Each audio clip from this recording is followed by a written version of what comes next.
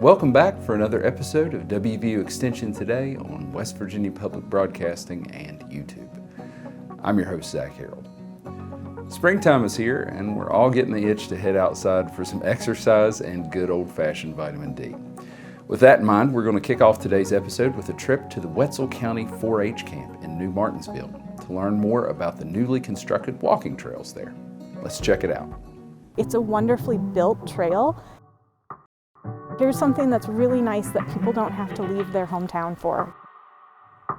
A number of years ago, the Woods family donated a piece of property, about 60 acres, to the Wetzel County Commission and Wetzel County 4-H, and it adjoins our Wetzel County 4-H campgrounds. The idea for expanding our camp with the use of a hiking trail came up. This trail could not have happened without a number of folks and community members. Wetzel County Extension really was just the person who got all the right people to the table. We had funding from EQT Foundation, who believed in this project and helped fund it and make it happen. We also have our 4-H Leaders Association, who put up a nice donation of money to help make it happen, along with a number of other community members who came together to crowdsource some funding during the WVU Day of Giving. We raised over $10,000 that day just from community, small community donations throughout the day. The Wetzel County Commission, who oversees the campgrounds, also was so supportive. I kind of come in late to the project. It was pretty much in place. They just needed a little, in my opinion, they needed a little nudge from the construction point of view, which is what my background's in. So when I sat down with Lisa and Molly, they kind of wanted some direction. How do we get a contractor in there? How do we get this built? Finally come up with a plan and got it bid out, got it built. If you look at the way the land lays, there's not a good access point to the top. It's just not easy to get to, and just trying to figure out what the best thing to do with that property. You have to travel at least an hour to the closest hiking trail, so we kind of just came up with that idea, and it's low maintenance. We needed somebody to build it, and I found Appalachian Dirt, Zach Adams. Zach was just really easy to work with. He gave us lots of good advice from the beginning. It was like, this is what we were looking for. The more they built, the better it looked, and it's awesome to come out here and walk on it and see other people using it. The trail's been great.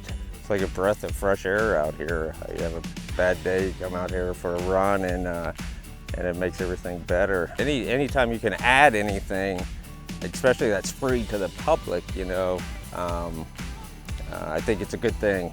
I think more people need to come out here and experience for themselves to see how nice it really is. Our trail opened in June of 2023, and ever since then we have only heard positive feedback from our community. People are using the trail every day. They're out here hiking, biking, walking their dogs, just enjoying being out in the outdoors. Many people have said, I'm so glad I don't have to leave our county and drive a ways to access a beautiful hiking trail.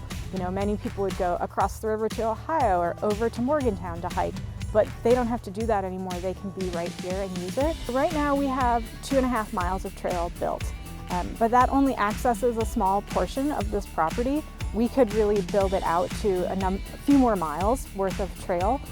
We know right now that primarily we have hikers and walkers using the trail. We would really love to see more mountain bikers come to this area. So you can hike, you can bike, you can fish, and you can access the creek here with the kayak launch, and there's a water trail that you can access. We want to highlight this area as a place you can come for outdoor recreation. Come and visit this beautiful property.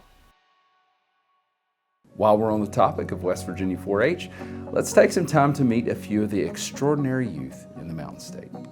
The West Virginia 4-H Youth in Action Awards program recognizes young leaders in various core pillar areas.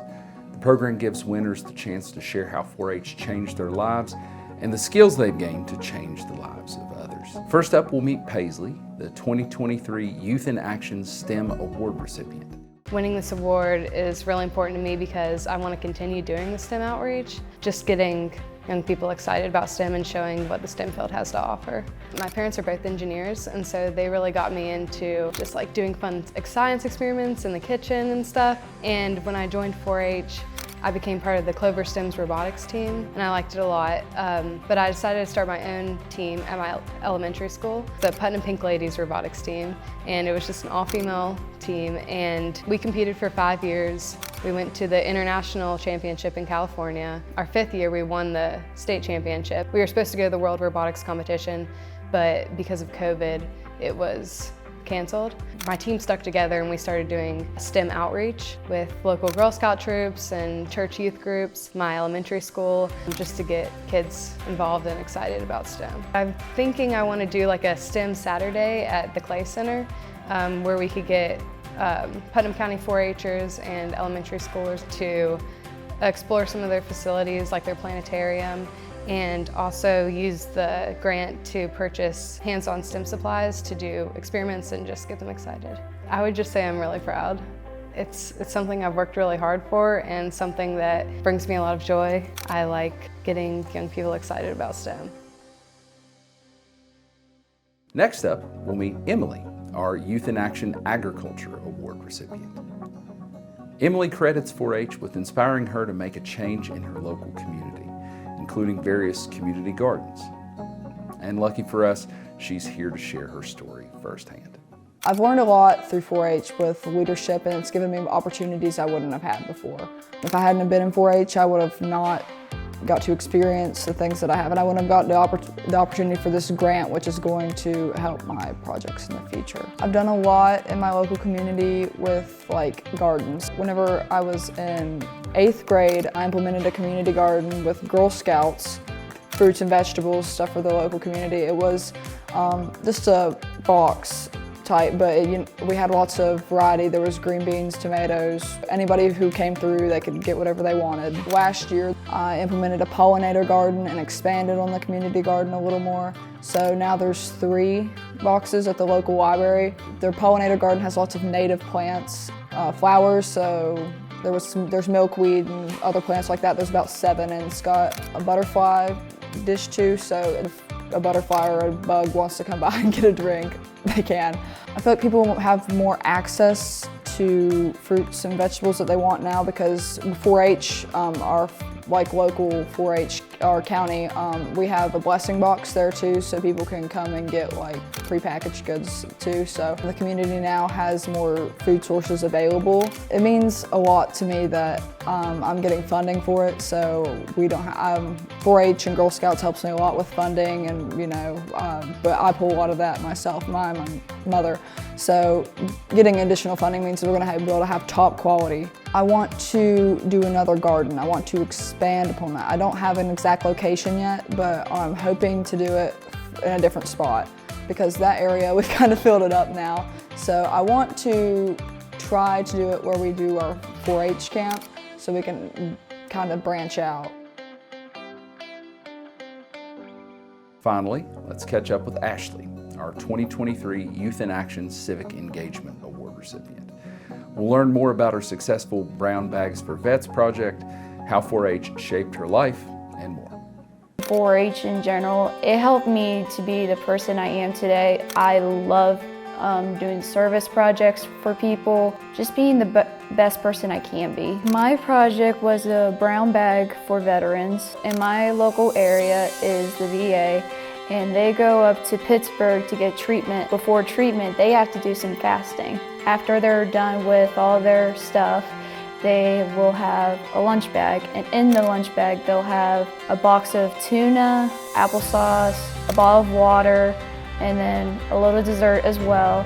My whole entire high school helped me throughout this process. We set up an assembly line, making sure that they had everything, and then also we included a card thanking for their service. Those veterans, they sacrificed their lives for us, and just giving back to them, I think is just meaningful. I feel honored, especially for my county, because unfortunately, I don't think a lot of kids are engaged in doing service projects, and I really would like for people to get involved in service projects and just see how they grow. I would like to do it again, but I know there's a girl in my county who would like to do it, so I would like to forward that money to her and she can do the project again and do it the way she wants to do it in her own special way.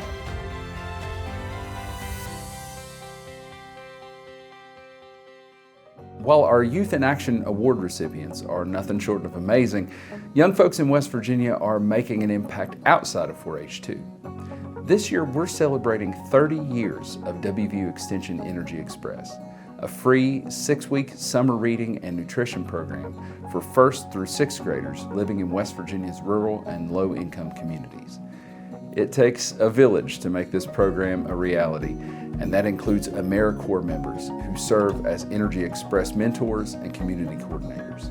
We've had the chance to sit down with a few members to learn more about their experience with Energy Express. First up, let's meet Hope Cooper.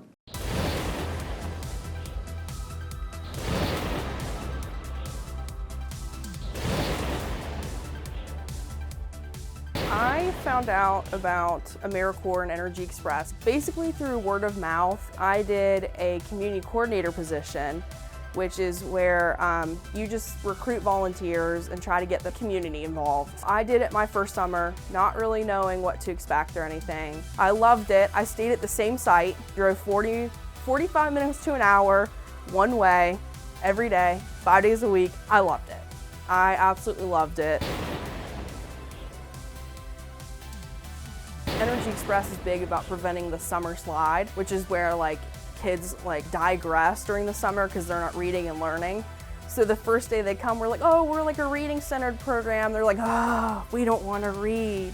Well, then by the end of it, kids would be like, oh, can I read you this book? Oh, can I help you with this book? You can see them over the term of the program, get better. You know, there's a few kids where you maybe have to adjust your teaching style to benefit them better, but it's worth it. When they're they get a word they've been struggling with, or they can write their name, and it was kind of cool to teach the younger ones, but then also see the ones that we've had from my first year all the way to where they're gonna age out next year. So we've seen them go through the program. They wanna read and they wanna do art and drama, and that's just so rewarding. The Education Award. That is such a huge benefit because I'm a 4-year AmeriCorps member and I paid off one of my student loans. You can use it on books, tuition, literally anything.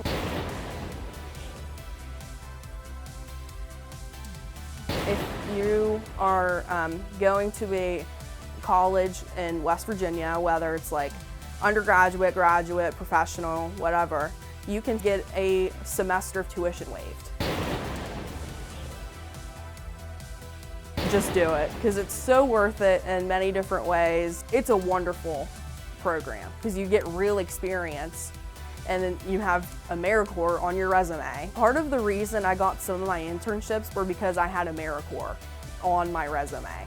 I've had a blast doing it for 4 years, and I hope that people enjoy it as much as I do because it's been so much fun and I've gotten so much from it. Next, we'll meet Devin Price, an AmeriCorps mentor who discovered a passion for service and community during his time with Energy Express.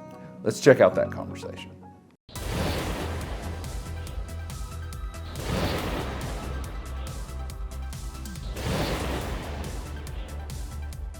Through volunteering for 3 years in high school, I really kind of fell in love with the program as a volunteer. Just seeing the interactions you have reading with the children or helping out with class activities.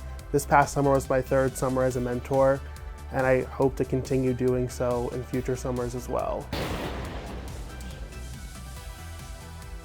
It sort of informed it in 2 ways, both in terms of inspiring my love for service and then also the kind of specific area of law that I want to go into. It's helped me to decide that I would like to go into some area of law dealing with children and sort of family law so that I can work sort of on the other side of that system. Energy Express is something that took a lot of time and dedication, and kind of seeing the impact that it has on the children in my classes and on the people in our community has inspired me to dedicate my life to public service.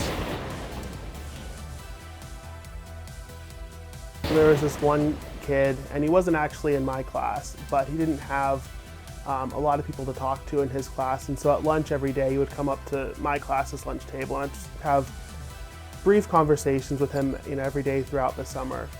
And at the end of the summer, he came up to me and he said that one day I want to be a mentor just like you. Being able to kind of see the kind of impact that you're having on these kids, that you're not just teaching them literacy like you're saying, but actually inspiring them to go into service or to do, things that before they might not have done or might not have thought possible. It's, in my opinion, the most rewarding part of the program for me.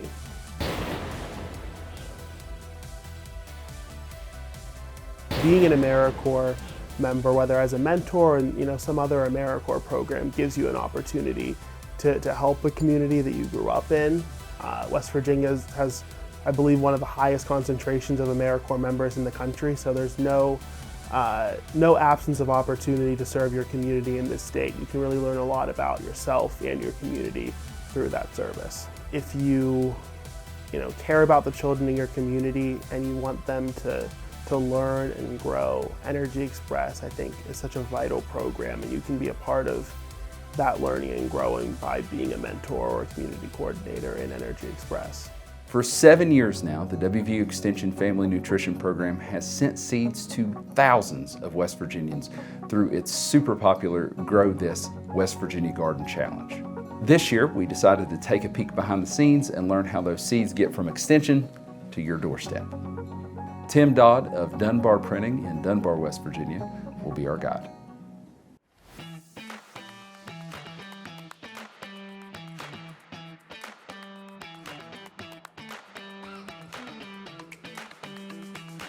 My name's Tim Dodd with Dunbar Printing and Graphics. First step is we receive the artwork from WVU, and our pre-press department needs to review that artwork, make sure that it's acceptable for our printing standards. Then we schedule everything for the press. It takes a good full day to do the brochures and the envelopes both. But when they're running it at the press, they're adjusting their collars, and that can take, like for the brochures, that can take several hundred sheets of paper to run that through the press. And then once everything's dialed in, then basically those original sheets that we use, those are set aside. Those are actually trashed at that point, so they don't get mixed into the final printing. And then we're ready to actually print at that time.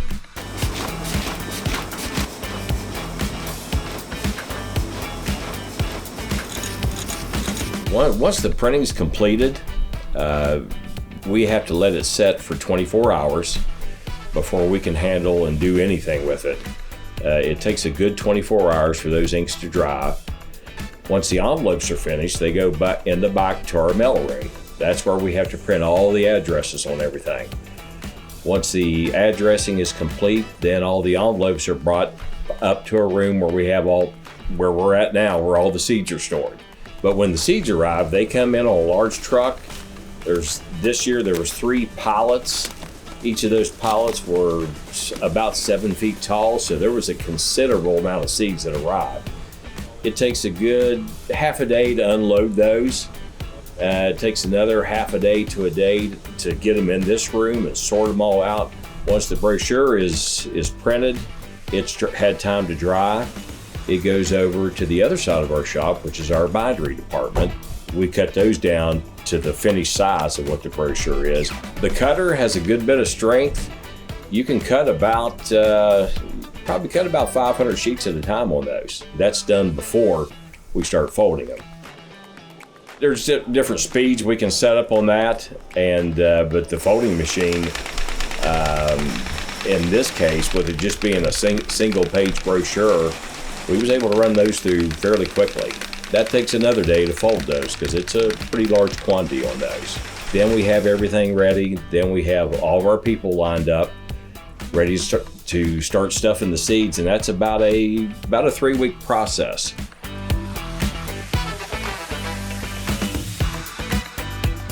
And then after we stuff all the seeds in well over 10,000 envelopes, then we have to take all the envelopes back to our mailing department. Then we have to sort everything in the different zones of all the cities throughout the state that we're mailing to.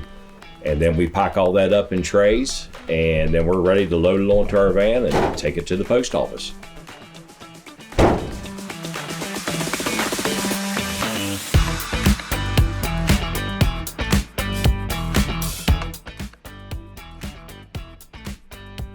And at that point, you'll receive it at your mailbox. Now, you know we couldn't let you guys get away without offering you something to eat. I hear Molly Poffenberger, a health educator with the Family Nutrition Program, has something really tasty cooking up today. Hi, I'm Molly with West Virginia University Extension Family Nutrition Program, and today we're going to make fruitschetta. You may have heard of bruschetta, but this is a fruity version. I've already washed our cooking surfaces and our fresh produce and my hands, so I'm all ready to get started. So for this recipe, you need some French bread. If you don't have French bread available, you could use an English muffin, a bagel, a tortilla. Also, you are going to use some reduced fat cream cheese spread. You need 1 Granny Smith apple, some honey for drizzling at the end, but that part's optional, a cup of diced strawberries, and then a cup of mandarin oranges that have been packed in 100% juice or water, not that heavy syrup or light syrup. So our first step is to slice our bread.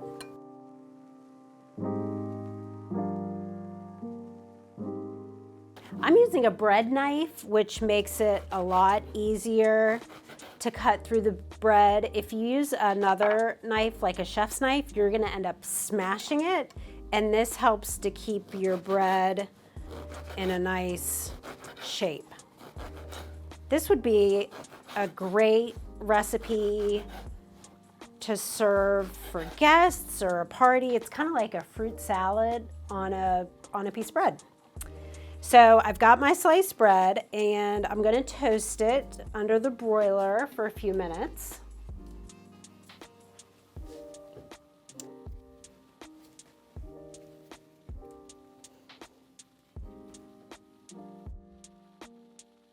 Okay, I've got my bread toasting in the oven, and now I'm going to start on our strawberries. I have washed these under running water, so they are ready to be cut up. And if you've ever had traditional bruschetta, you know that it's made with tomatoes and usually basil and garlic. So as I mentioned, this is like a fruit salad bruschetta. So I'm gonna dice up my strawberries, and you wanna do pretty small pieces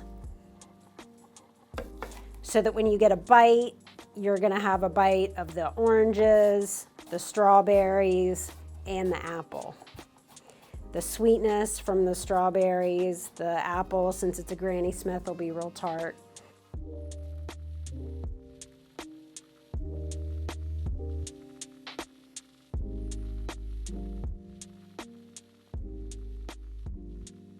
Okay, so I've got my strawberries all cut up into small pieces, and I'm going to put them in the bowl and then add our other fruit.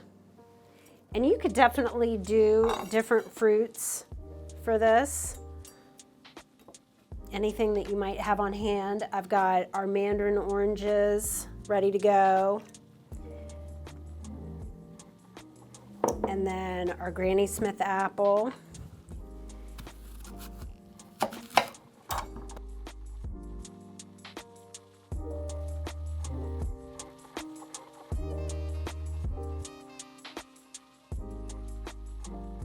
I just finished dicing up our apple, so I'm going to add that to our bowl. Such pretty colors. And I do smell our bread, so I'm going to get that out here once I get this all mixed up. The juice that was on the mandarin oranges, that should help stop the apple from browning, and it's completely fine if the apple does brown a little bit. That's just the oxygen hitting it. Okay, I'm going to get our bread pieces out.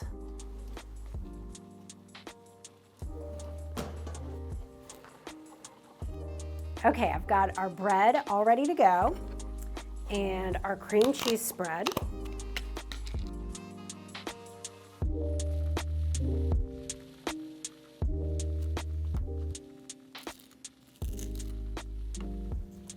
Okay, I've spread on a thin layer of our cream cheese on our toasted bread, and we're gonna add about a tablespoon of the fruit mixture. And the cream cheese is gonna act as like a glue.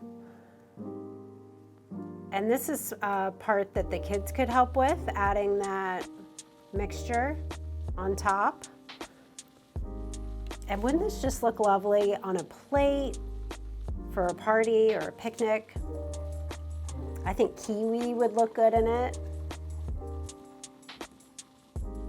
Okay, and then our last step is to add a little drizzle of honey, because that just sounds delicious.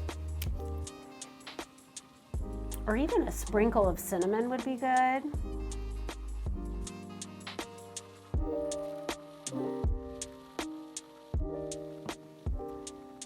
Ready to take a bite.